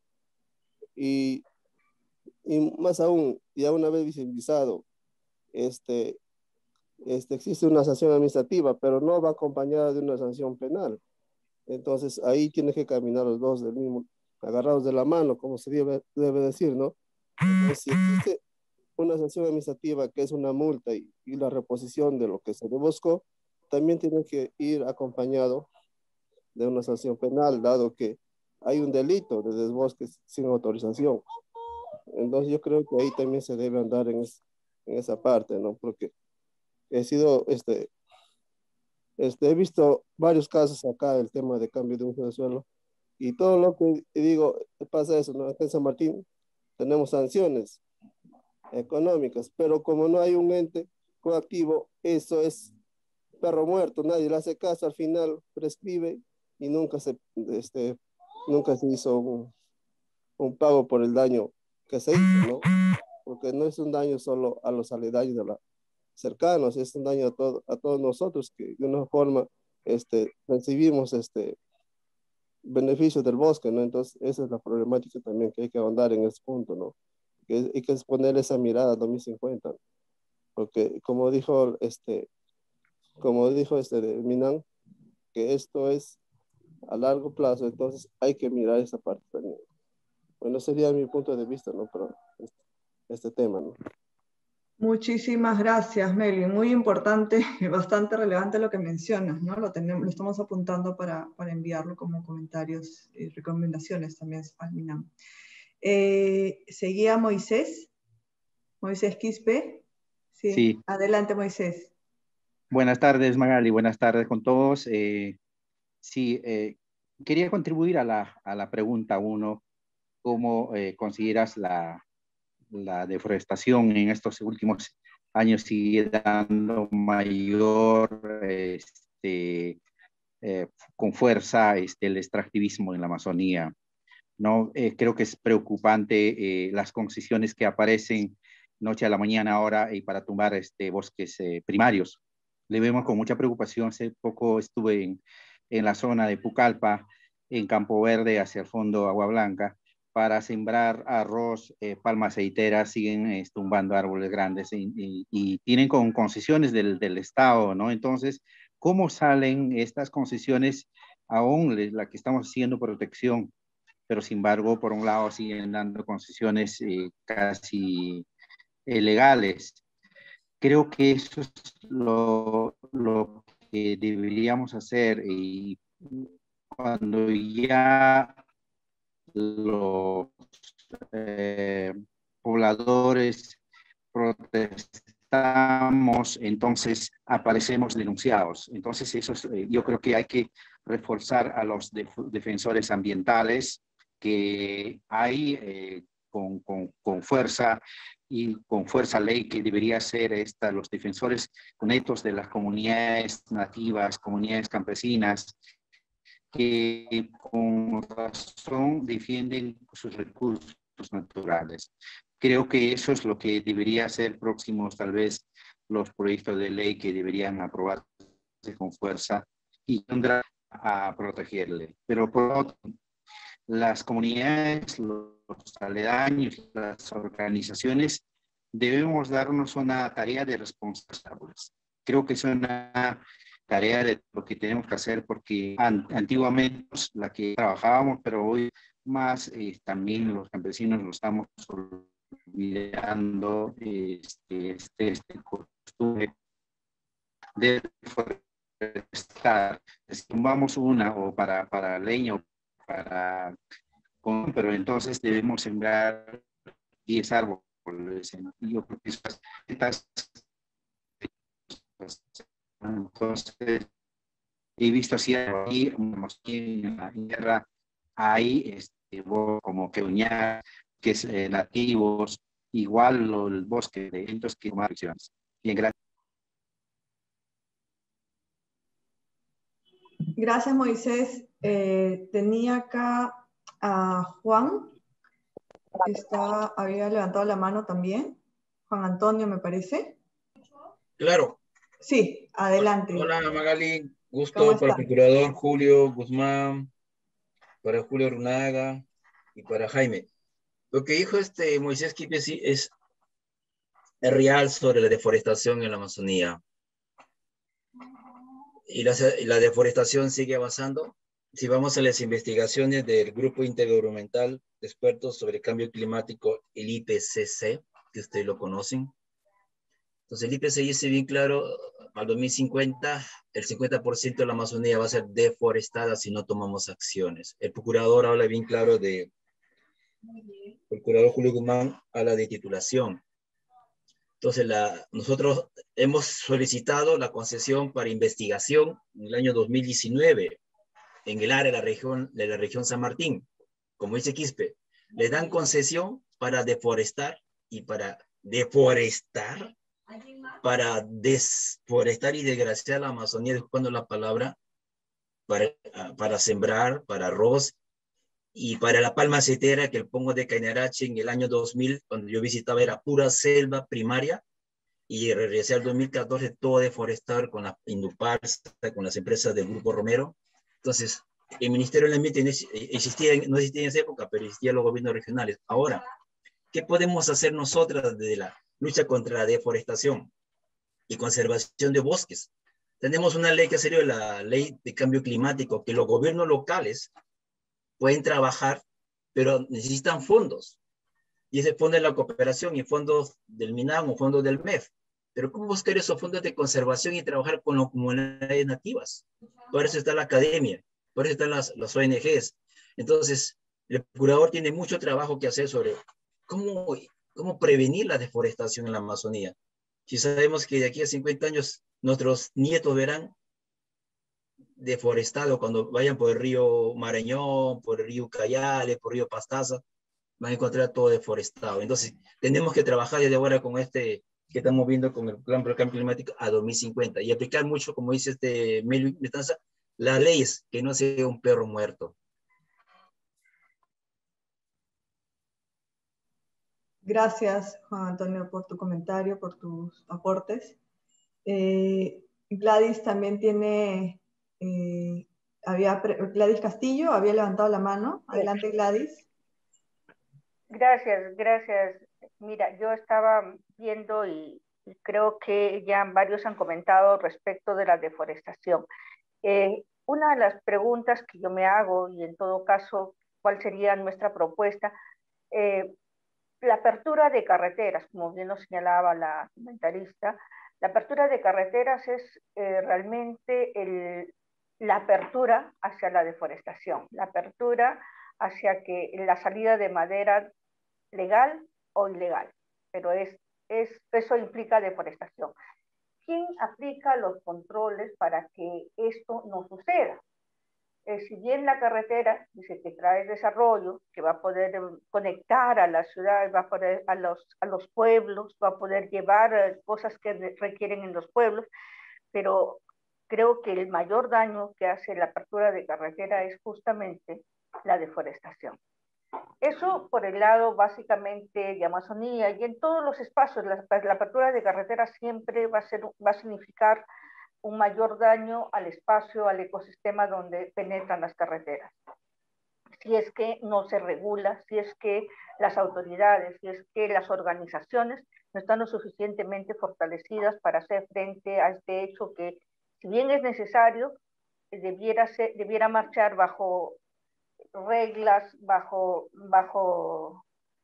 controles que permitan que no se traslade para otras actividades.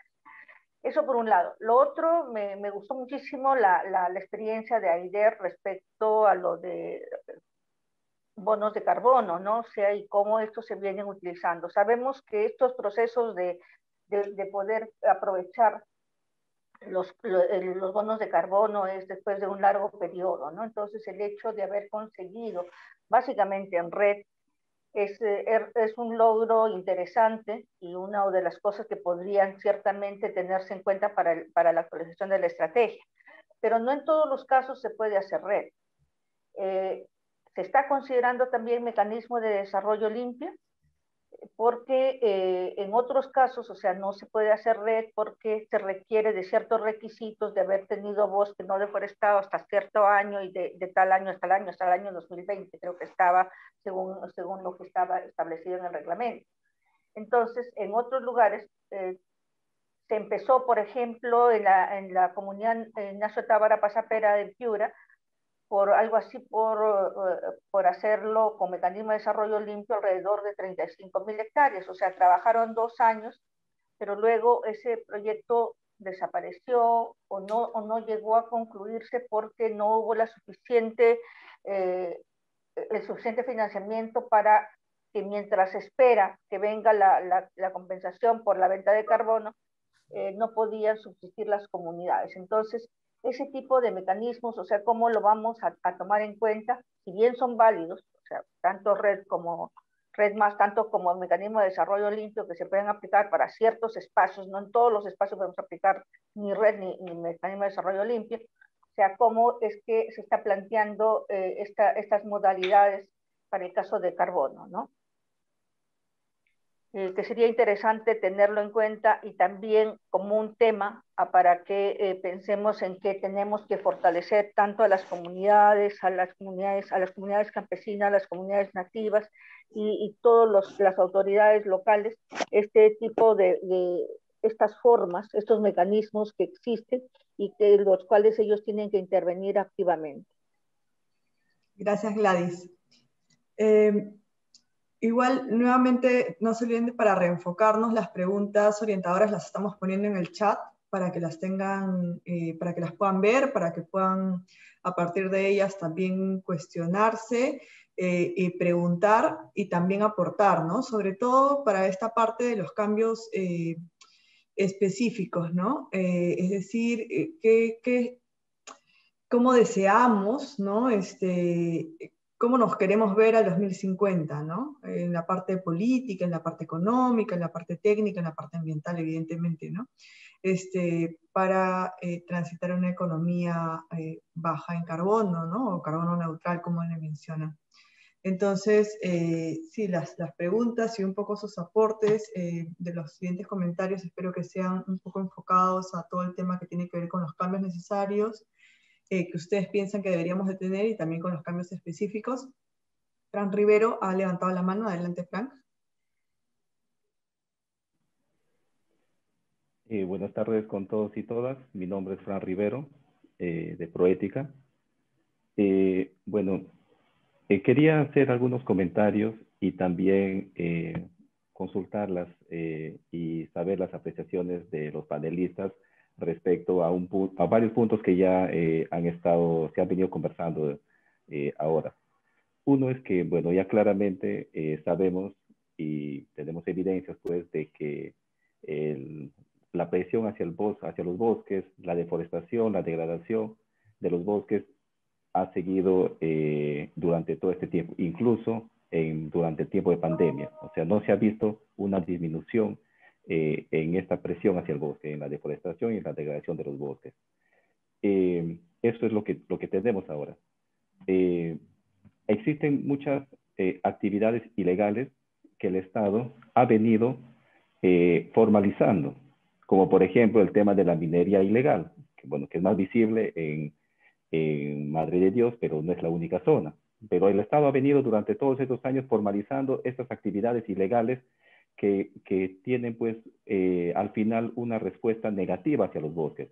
Y no solamente a nivel de la minería ilegal, también tenemos el mismo comportamiento del Estado en formalizar actividades ilegales como, por ejemplo, el tráfico de tierras.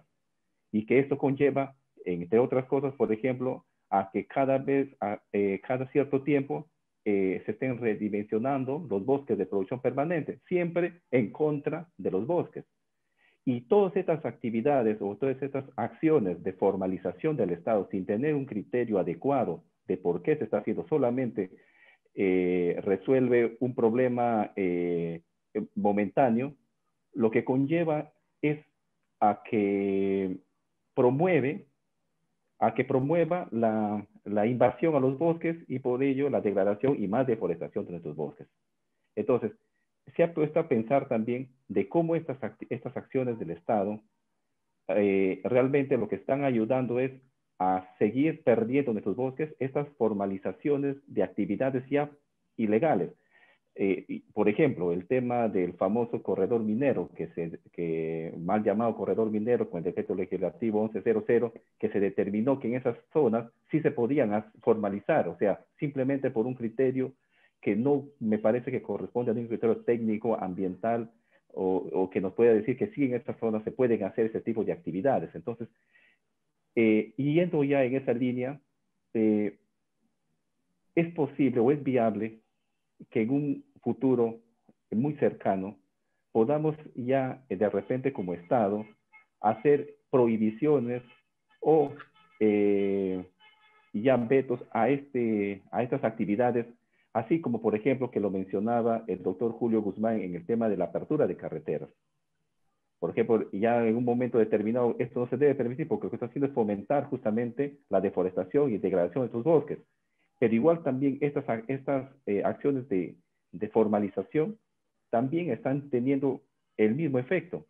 Entonces, ¿hasta cuándo vamos a seguir formalizando? Entonces, también sobre eso, ¿sería viable ya establecer estas prohibiciones o de repente cambiar esa situación, por ejemplo, de la minería ilegal que se permite? Porque yo no conozco hasta el momento algún caso, por ejemplo, que podamos decir de buenas prácticas que sí están haciendo una minería adecuada en esas zonas o una minería sostenible en esas zonas donde que supuestamente sí se puede formalizar. Entonces, ¿qué tan viable es, y eso va a la pregunta a los panelistas, qué tan viable es que ya pueda haber una moratoria o una prohibición expresa para que ya no se pueda hacer este tipo de actividades justamente de formalización a estas actividades ilegales?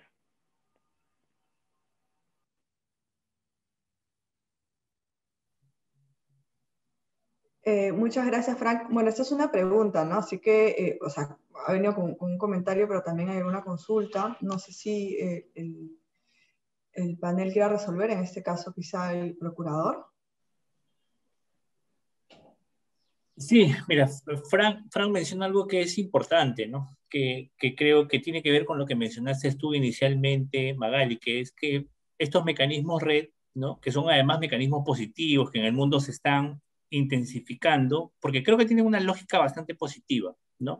Que va de la mano con la conservación, pero que creo que todavía está muy restringido, ¿eh? Yo sería un poco más hasta, quizás imprudente al decir que deberíamos extender estos mecanismos para de repente escenarios de reforestación positiva. ¿A qué me refiero con una reforestación positiva? A que el Estado reconozca, por ejemplo, titularidad sobre predios ya degradados con la condición de que reforesten un porcentaje. Y ahora eso es sencillísimo con el satélite, ¿no? Y poner cláusulas de reversión, es decir, yo te voy a reconocer esta extensión de terreno para darle un valor agregado a una zona ya degradada, pero con cargo a que en los 5 años podamos tener una recuperación gradual de la cobertura boscosa, con especies oriundas, no invasivas. Hay que ser imaginativo y extender este beneficio red a ese tipo de... Me parece algo que va más allá de la conservación del bosque en pie, ¿no? Porque en este momento estamos bosque en pie y pagamos. Pero lo que ha mencionado Frank me parece súper interesante, que es que por más esfuerzo que podamos generar desde el Estado, el Estado somos todos, pero cuando hablamos de Estado no estamos pensando en alguien que nos va a hacer las cosas, no, el Estado somos todos, lo construimos todo. Y le deseo la mejor de la suerte al equipo que vaya a llegar estos próximos 5 años. Es una tarea, la verdad, muy complicada. Pero lo que ha mencionado es algo que ya lo sabemos todos, es el fracaso de un proceso de formalización. Ha fracasado el proceso de formalización.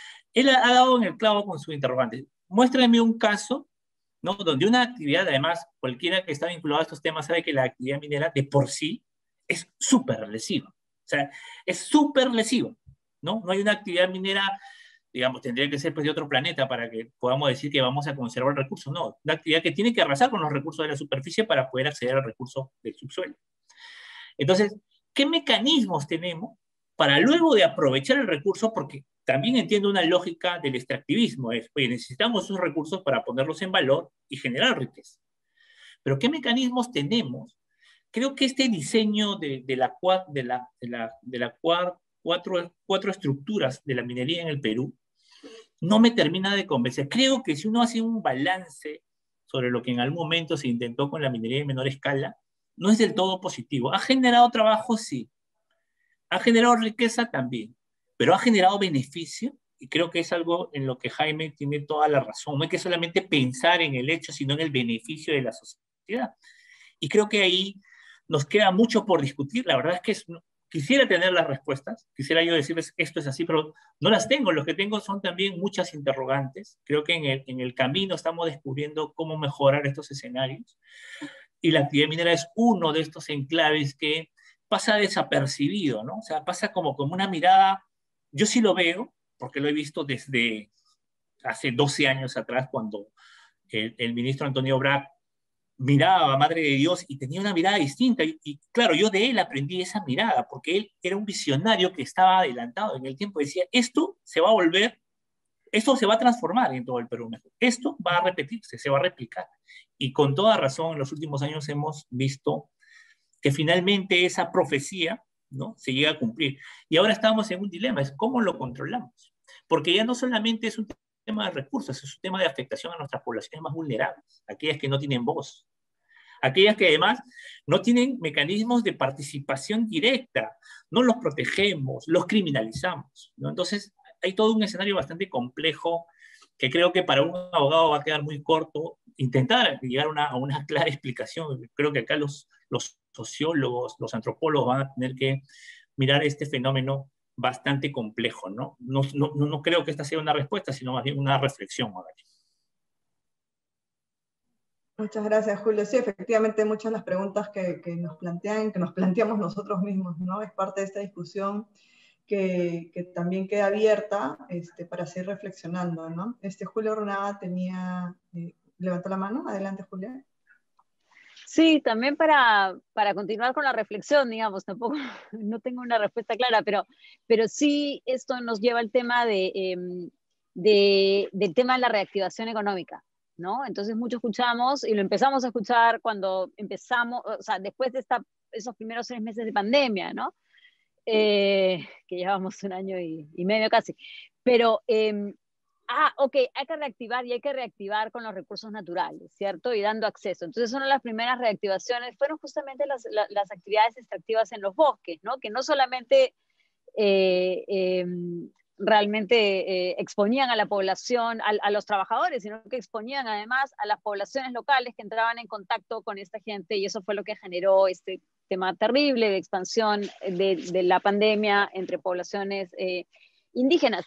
Pero esta idea de que vamos a reactivar la economía extrayendo más, ¿no? Y extrayendo sin preguntar, sin consultar, sin tener un plan, ¿no? Entonces, y además ver que durante estos meses de pandemia, si bien pues todos al comienzo estábamos muy felices porque mira qué bonito se ve el cielo de Lima y hay pajaritos de nuevo y qué sé yo, eso, y menos humo, ¿no? Porque no hay carros, ya, pero eso no pasó en los bosques, ¿no? Los bosques más bien tuvieron impactos más duros porque lo que desapareció fue el poco control que había, ¿no? Se replegaron los puestos de control de las autoridades, incluso las de SUNAT, y eso permitió pues que todo el mundo moviera lo que quería mover y como lo quería mover, ¿no? Entonces creo que esa es otra pregunta, o sea, este gobierno que viene, ¿qué va a proponer en términos de reactivación de la economía para la Amazonía? ¿No? Creo que todos estamos un poco con los pelos de punta sobre qué es lo que se nos viene, incluso sin saber con quién aún, para no entrar en temas políticos, pero es un tema bastante grave y que invita mucho a la reflexión y a un diálogo con los pobladores locales, ¿no?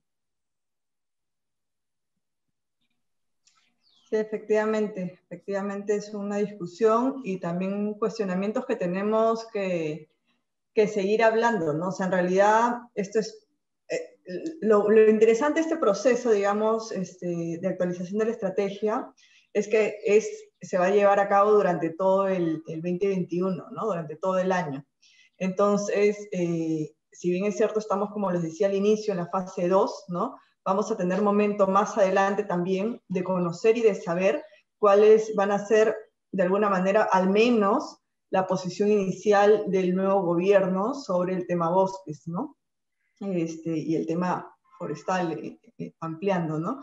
Entonces, bajo esa lógica también vamos a poder, tanto en los diálogos implementadores, que es en el momento en el que estamos ahora, pero también de cara a esta consulta más abierta, más amplia, poder incorporar ciertas aportes, recomendaciones para que esta actualización de la estrategia también, digamos, ayude a poner ciertos puntos claves como los que estamos mencionando en materia de gobernanza forestal y que no se nos escapen, ¿no? Habían 2 preguntas o comentarios que les quiero leer dentro del chat, porque bueno, hay gente que nos está preguntando, digamos, de manera directa, pero también lo están comentando acá. Ana Espejo nuestra querida Ana Espejo, que yo la conozco hace muchísimos años a través del trabajo que ha venido, el trabajo consistente además que viene haciendo en Selva Central, ¿no? Ella menciona, considero que las políticas de reactivación económica en contextos de alta vulnerabilidad durante la pandemia tendrán efectos en las metas de reducción, de degradación y de deforestación, ¿no? Un poco lo que mencionabas tú, Julia, hace un momento, ¿no? Jessica Florian también comenta, en función a una de las preguntas que habíamos planteado que están dentro del chat, ¿no? Que se considere dentro de las políticas públicas acciones para hacer frente a la deforestación y a la degradación de bosques que estén articulados, además todos los sectores cuyas actividades tienen impacto directo e indirecto en los bosques, ¿no? Como el MTC, el MIDAGRI, el MINEM, entre otros, mientras cada uno de estos mientras cada uno esté trabajando de manera independiente o desarticulada, ¿no? Dicho en otras palabras, no existe la articulación de vida, creo yo, que no se podrá cumplir con los objetivos que se plantean en la estrategia. Efectivamente, vuelve a salir el tema de articulación, ¿no? Y de trabajo coordinado con sectores más allá del Ministerio del Ambiente, ¿no? Jaime había levantado la mano. No sé, Gladys, si tú tienes otra pregunta, porque veo la mano levantada, o es que se quedó la mano levantada hace un momento. Se quedó la mano levantada, Magali. Ya, no hay problema. Entonces, Jaime, adelante. Tenemos unos minutitos ya para terminar, para hacer el cierre, pero por favor, adelante y seguimos. Sí, quizás para complementar, ¿no? Para ilustrarnos un poquito todos. Los países que han desarrollado desde el punto de vista forestal han tenido políticas claras de incentivo. Y eso es un factor importantísimo, ¿no? ¿Por qué? Porque el desarrollo forestal no es a corto plazo, es a mediano y largo plazo. Si nosotros queremos ver los resultados en 5 años, como muy bien me ha hecho acordar Julio, ¿no? La visión que tenía nuestro maestro y guía, don Antonio, ¿no? Nos enseñó eso, ¿no? Pero, ¿cómo realmente incentivar el manejo del bosque? ¿No? Y ahí es el Ejecutivo tiene que dar pues estas políticas de incentivos, porque no lo vamos a cubrir nosotros. Una ONG, no es ni un solo sector, sino es una política país. Y los países que han apoyado este tipo de incentivos son los que han progresado forestalmente hablando, ¿no? Entonces, eso por un lado. Por otro lado, acá tenemos más bien políticas de desincentivos. Yo manejo bosque, no tengo la propiedad del recurso, ¿no? Sin embargo, yo tumbo el bosque para hacer monocultivo y el mismo Estado me premia y me da, pues, la titularidad para yo posesionarme en esas tierras, ¿no? Entonces, eso es dentro del mismo Midagri, ¿no? El mismo Estado propicia eso, monocultivos, ¿no?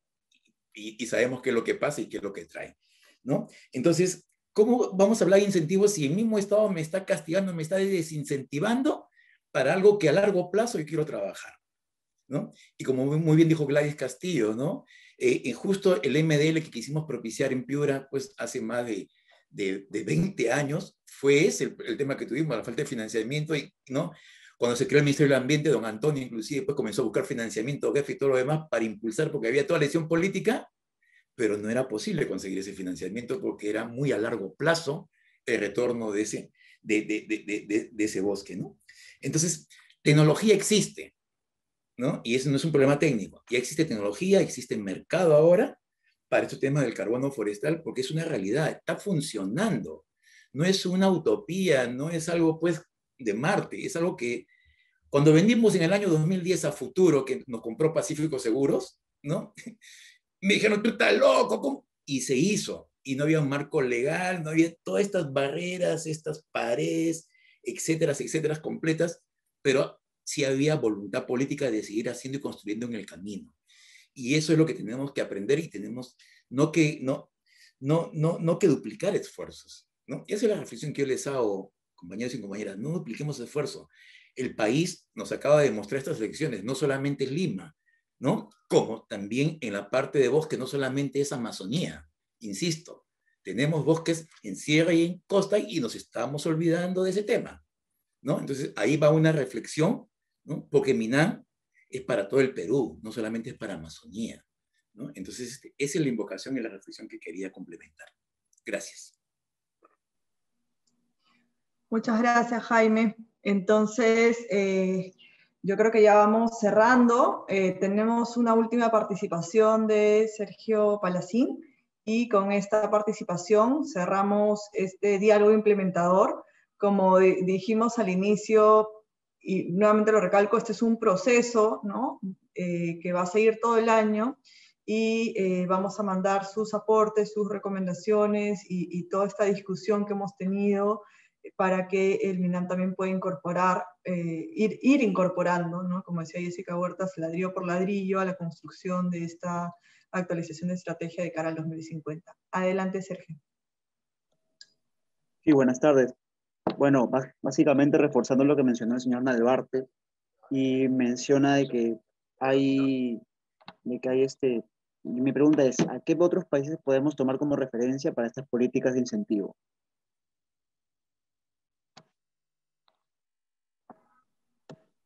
Gracias, Sergio. Jaime, ¿tú puedes contestar esta pregunta? Sí, acá cerquita, un país vecino en el sur, Chile. Chile hace 35, 40 años apostó, ¿no?, a plantaciones forestales, dio incentivos para las plantaciones y es lo que tenemos ahora, madera más barata en Ucayali chilena que nuestra madera nacional, ¿no? Entonces, y hubo una política de incentivos para la reforestación, ¿no? Chile, siendo una tripita, digamos, en territorio, en superficie, pero Chile lo hizo, e inclusive hasta en un gobierno de dictadura, ¿no? Porque esas eran las condiciones en ese momento, pero fue una apuesta a país, ¿no? Entonces, eso. Y sobre eso hay mucha legislación comparada también, ¿no?, que se puede analizar y se puede encontrar en la literatura. Pero con mucho gusto podemos seguir conversando, Sergio, sobre ese tema, porque tenemos alguna data que podría complementar también. Sí, de todas maneras, completamente interesante y muy relevante, sobre todo. La verdad, muchas gracias. Muchas gracias. Gracias. Bueno, para ir cerrando, como les decía, quiero agradecer a nuestros panelistas, al ingeniero Jaime, a Julia, al procurador ambiental Julio Guzmán, y también, evidentemente, quiero agradecer a la gente del Ministerio del Ambiente, ¿no?, por acompañarnos en este proceso desde el inicio.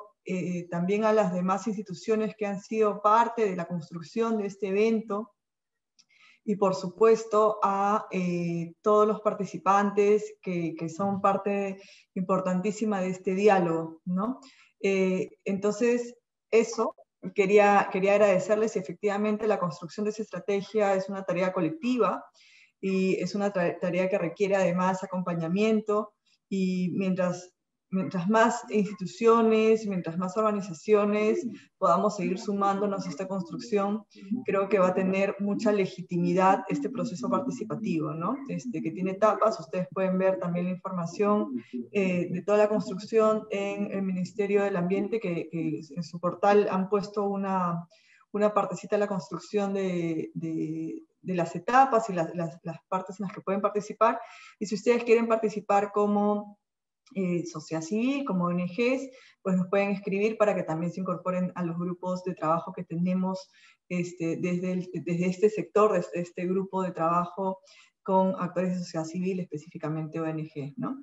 Entonces, como ya les había mencionado, además, vamos a colgar esta presentación, este video, para que todos lo puedan ver y puedan compartir, ¿no?, con los que más lo requieran. Muchísimas gracias nuevamente de parte de Proética y de todas las instituciones que han sido parte de esta organización para este diálogo implementador. Doy por cerrada la reunión. Gracias, hasta luego.